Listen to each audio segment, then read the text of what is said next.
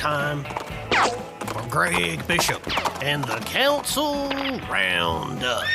Last night's full city council meeting, more than 3.5 hours long. The first chunk of it was all about zoning, and they had a lot on the zoning agenda. I think it was more than an hour's worth. We're not going to touch on that. We just can't get to everything. All right, we're not even going to be able to get to everything that was in the official city business of the city council portion outside of zoning. But let's go ahead and get into city business with the ordinances up for final passage. One of them being a new study that CWLP, the city's owned utility, City Water, Light, and Power, is looking to do when it comes to a possible conversion from coal-fired power to, say, natural gas. So here's the ordinance as it was read by the mayor. An ordinance approving a professional services agreement with Burns and McDonnell Engineering Company Incorporated in an amount not to exceed $110,000 for professional engineering services for the Dahlman Unit 4 gas conversion study for the Office of Public Utilities. So they then had, Jennifer Notoriano, alderwoman, read off a statement about her concerns on the idea of going from one fossil fuel to another fossil fuel. We're considering switching from burning coal in Dahlman 4 to burning gas. That's going from burning one fossil fuel to another at a time when federal and state policymakers are requiring us to reduce our reliance on fossil fuels. We need to have a plan to diversify our energy portfolio by pursuing renewable sources like solar and wind right now. And she continues on with her statements. And when we present this to the public, we must acknowledge the reality that the cost of gas will not stay affordable forever. We also owe it to local energy workers to give them long-term security. Short-term planning won't accomplish that. We need to work with our union partners to make a comprehensive energy future, to plan an energy future, like the conversations they've had at the state level.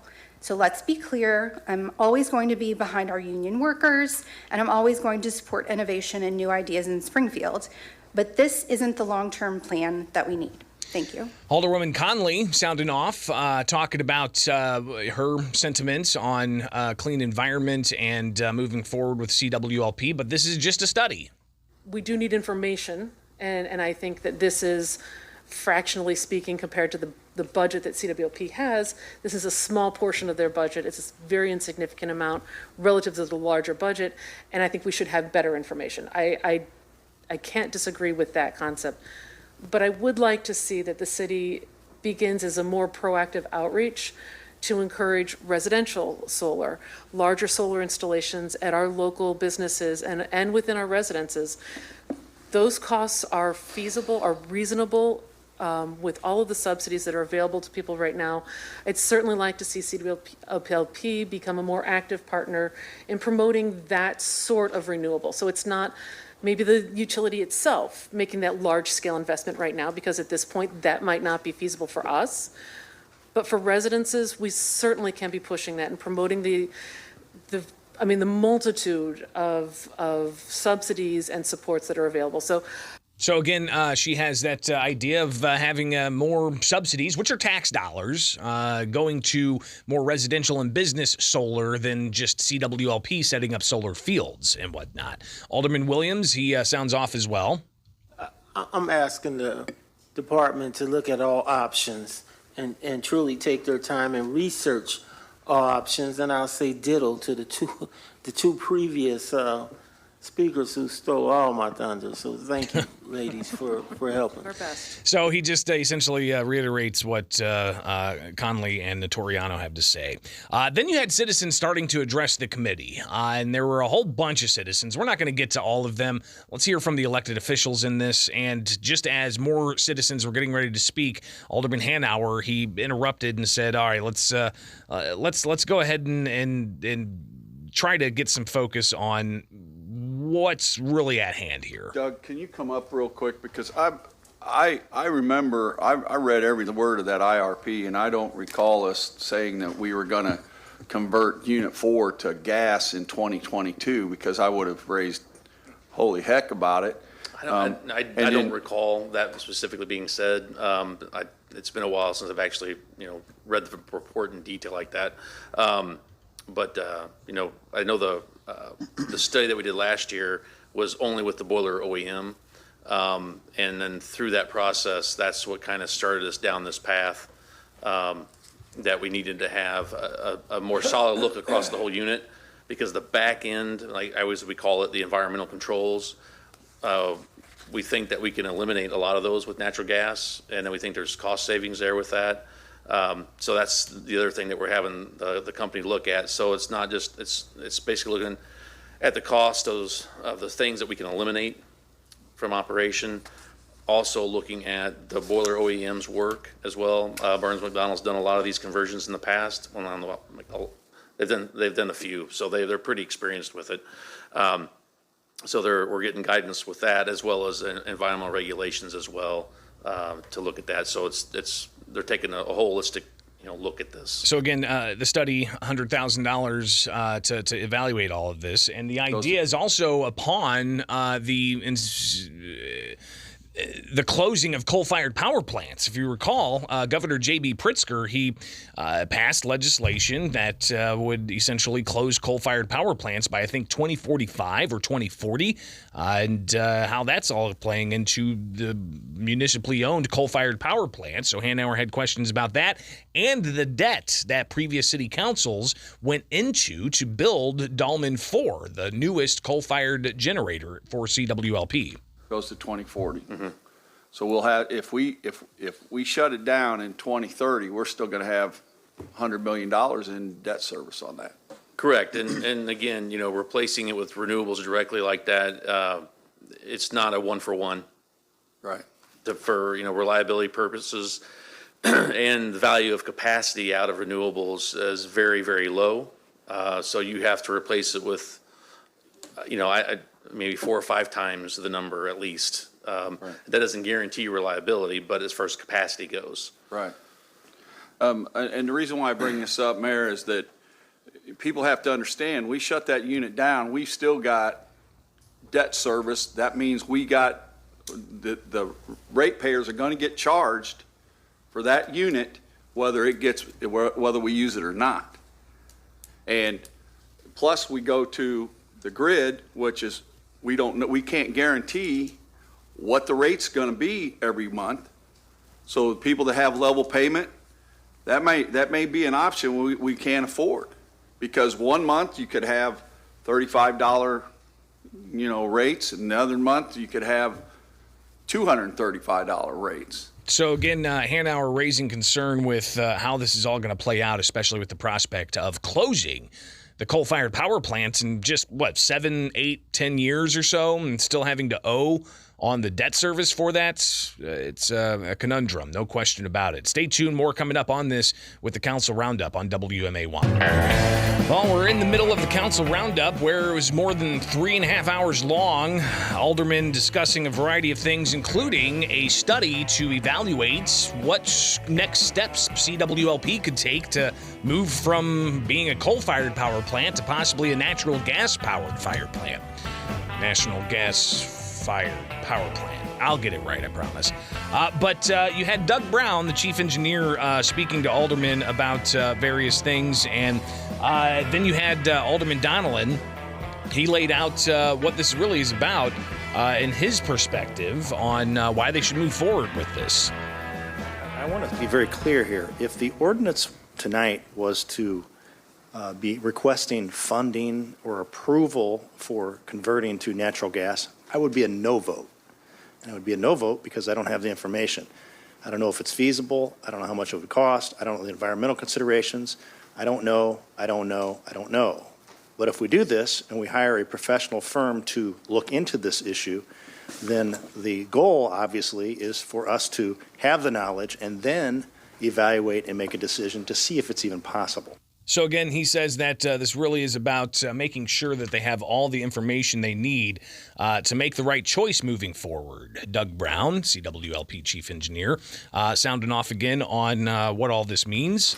So with retiring coal plants across the country, and renewables not being there to replace it, We can't just build renewables here in Springfield just completely. That's not going to solve the problem. It's going to have to be more than that. Right. Batteries are nowhere near what they can provide and the cost associated to make it equivalent to a fossil-fired unit or a thermal-fired unit, even nuclear. Transmission lines would have to be built across the country. We can't do that. The transmission lines are not even close to being built, and they probably won't be built for another 10 years, maybe 20. I don't know. Okay. Nobody wants them in their backyard, right?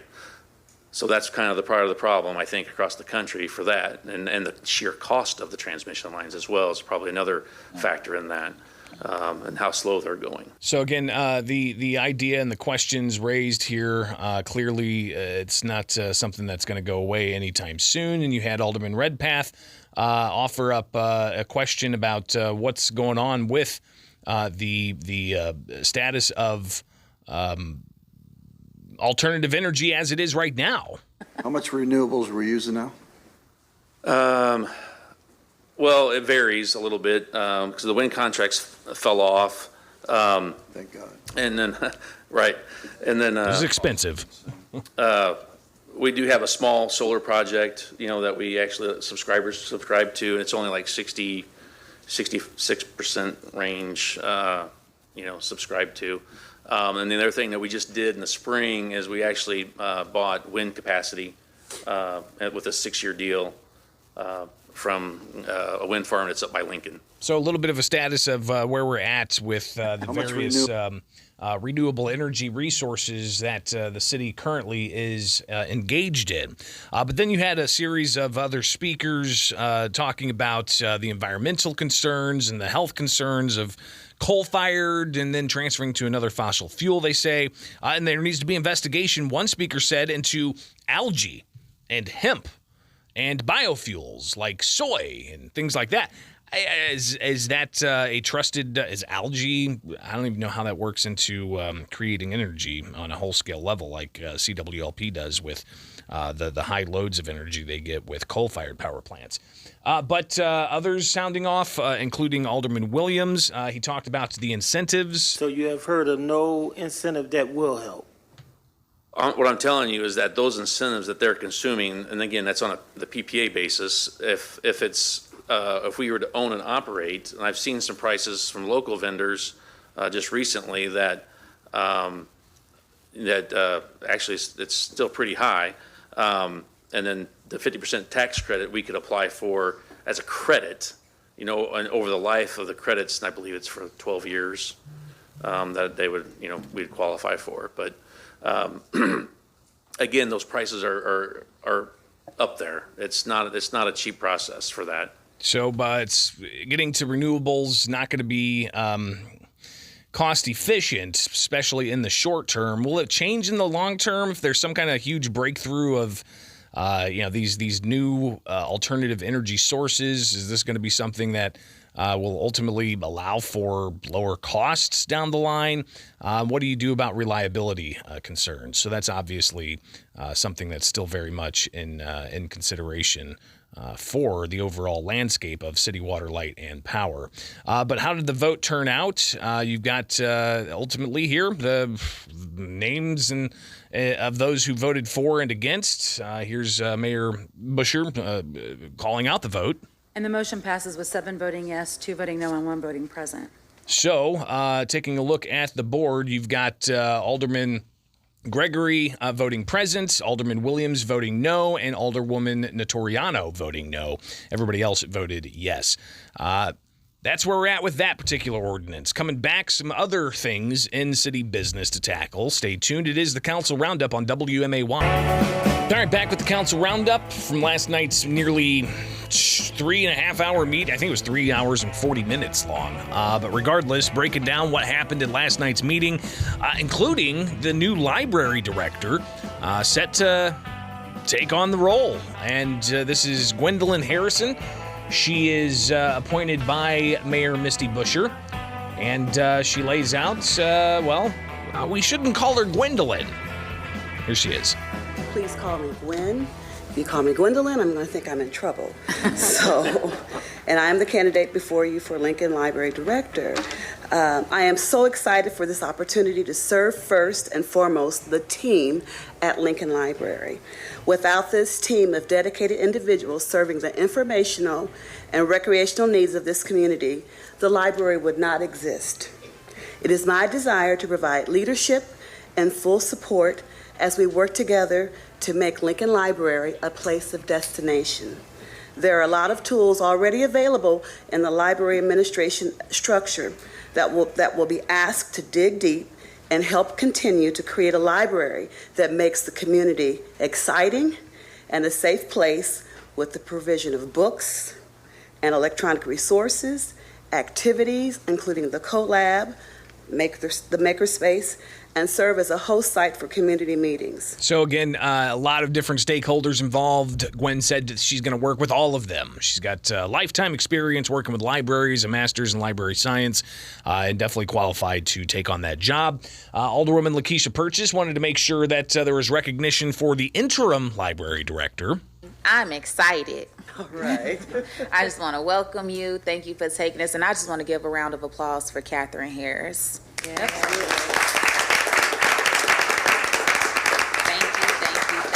And the votes came down to, unanimous. So now we have a new library The motion director. passes with 10 voting yes, none voting no. Congratulations, new director. All right. So now we move on. You've got a measure that was about the health insurance for some city workers. Well, that was put back into committee, but then you get to a measure about the Kidseum and having, I think, like $300,000. Really, it's kind of pass-through money that they were looking for the Kidseum. I'm just looking at time here and a lot of other things that we've got to tackle. But some questions that Alderman Gregory had. He wanted to ensure that the Kidseum wasn't the only one that was going to be getting these types of pass-through dollars, that other nonprofits would also have the ability to have these things set up for them so they could access these grants. But then you get to another ordinance that Alderman Gregory wanted. He wanted to have something deal with the Y block and having $500,000 used to implement safer walkways to the Y block just north of the governor's mansion, where there's been the 11 Amp concert series, for instance. Here's Alderman Sean Gregory. An agreement was. That's Val Yezel. Let's go to Alderman Sean Gregory coming up here. Make sure we get this just right. Is this? So I said. All right, that's not it either. Let's get to Alderman Gregory. Here we go. Situation for us. So all I wanted to do with this particular ordinance is use the $500,000 that the state sent to us for this block on accessibility and making it better for the patrons who visit the Y block. I just wanted to put that up there, and I appreciate you. Thank you. So it's a resolution, not an ordinance, the way it's written. Do you want it to be an ordinance or a resolution? No, it's a resolution. I put it as a resolution because that's what I was asked to do. So he and the mayor continue to go back and forth about this issue, and to the mayor, here's the alderman. I respect that you have your own thoughts, your own wishes of what you want to do. I respect that full wholeheartedly, but I have a responsibility to also do what the people have shown us that they would like. Who are the people? And the people who go to the Y block every Thursday for, So all the people that go to the Y block had input on this with Massey and Massey? We have 5 letters of support for this project, for that actual design from the Illinois Realtors who across the street, their brick is the matching. We have letters of support from Downtown Springfield Inc. And on and on and on this particular plan. So the back and forth continued. Mayor Misty Buscher sounding off now. So I'm going to alert you that I am now the mayor, and I have created a working group to work on this project with all of the partners that would be included in that, the county, the state, the Illinois Realtors. And this is not the plan the group is talking about adopting. So I didn't get the courtesy of a discussion from you, and I know you said you're representing Ward 2, but I'm representing the entire city. I understand So that's that. what I'm trying to do. I understand that, and I mean, but the letters that was produced from those entities were for this particular design and this plan, so that's what I wanted to do. Alderman Hanauer jumping in, talking about how they're going to be spending $500,000 on this. Where is that money going to come from? That's a matching grant, so if we spend $500,000, we're gonna have to come up with $500,000 as well, correct? That's correct, yes. This And where are requires we a getting match. that, where are we getting that money from? If Are that, we getting the money to loan kids in $300,000? Come on now. I'm just Come on asking now. questions. So Alderman Gregory talking a bit about other ordinances that Alderwoman Purchase said seems to be mixing apples and oranges. I will say that hopefully I am invited to the working group so I can, You were invited to the first meeting, and then Deputy Governor Menard had to move it. absolutely, because I'm not interested in selling it to the state. I was the one that invited you, sir. I understand. And I found out about it somehow, didn't I? Pardon me? I found out about it somehow, didn't I? From me. I didn't find out it from you. There's a motion, Alderwoman Purchase. So Alderwoman Purchase jumps in and she wants to make sure that her voice is heard on this. I've been asking about this all week to be able to have my facts forward, and the To fact Sean. that you didn't have where that $500,000 was coming from, I just say don't put us against each other. I'm not putting anything against it, y'all. I could throw out a lot of options of where we could take $500,000 at. However, all I would like to do is pass this ordinance, and then I would love to work with economic development team. But the ordinance did not pass. The alderman then had another ordinance that dealt with contracting for certain minority groups and setting a level of, first I think it was like 25%, but he wanted to amend it to bring it down to 10%.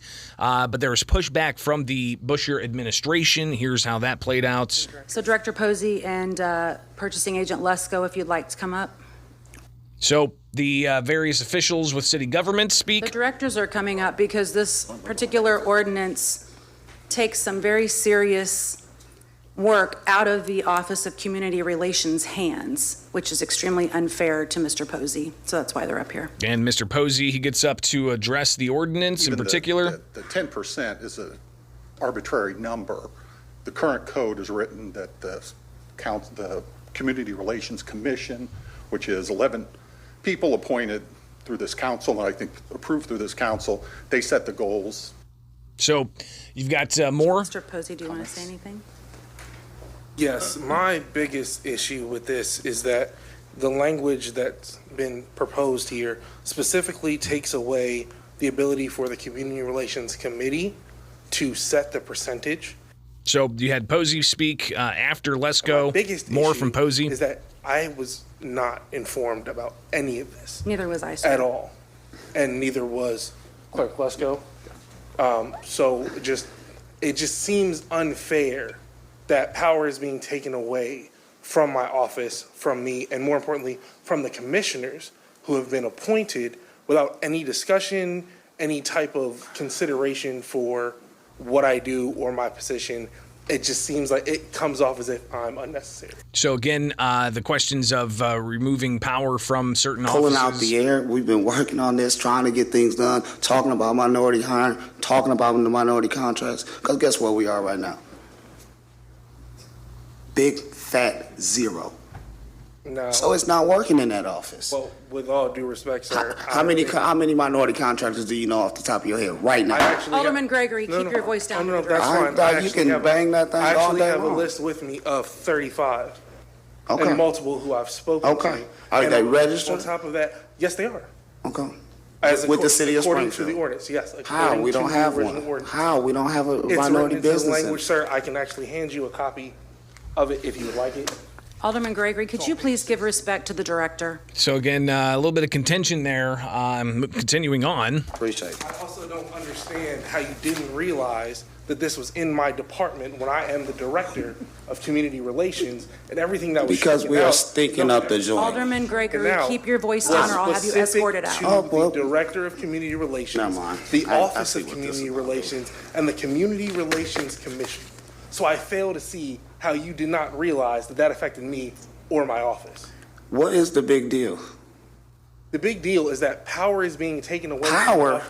Alderman Gregory, please speak in a normal tone. So again, the contention continues. And then you had Alderman Williams sounding off. To our city code. After In our Mr. city Posey. code, it was assigned that these responsibilities fall upon the Director of Community Relations, the Department of Community Relations, and the Community Relations Commission. My issue is that this proposes that we take all of that away, hand it to Mike Lesko. It was not discussed with him whether he was comfortable with that. It was not discussed with me whether that would be okay. Had we sat down and had a discussion, you would explain to me what your process was, what you were thinking in wanting this passed. There's a very good chance I would have been amenable to it. So, again, this ordinance did not go anywhere. Ultimately, it was shot down.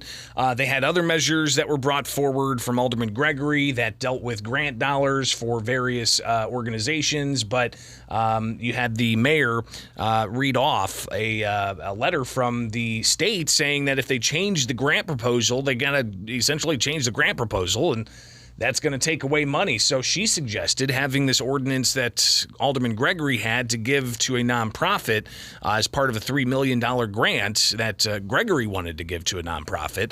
Alderman Gregory pushing for that, but Mayor Busher saying that it's best that we take a step back, put this back in committee. Don't vote it down, because if you vote it down, you're going to lose it. But put it back in committee so they can work out this grant process. One of the stakeholders was amenable to that. If we vote for it tonight and we all lose it, we all lose it. But if you actually just work with the mayor, work with Keisha, work with Notriano, and even Connolly. She's always said she's never against these programs. It's just the money and how we're going to figure this money part of it out. You know, I can only speak for 1 in a million. You know what I'm saying? I would like you to think about that again before you just give my $215,000. That's right. That's why I called you. This already a no. So that was ultimately put back into committee, and they'll likely bring that up in the future at some other meetings. So that's your council meeting from last night. A busy, jam-packed council meeting. Hopefully you learned something about how Springfield city government operates. It is the Council Roundup with Springfield's Morning News on 92.7 WMAY, Springfield's News and Talk. I'm Greg Bishop, and you can always find me anywhere. Just search Bishop on Air. Twitter, X, Facebook, YouTube, whatever the case may be. Just search Bishop on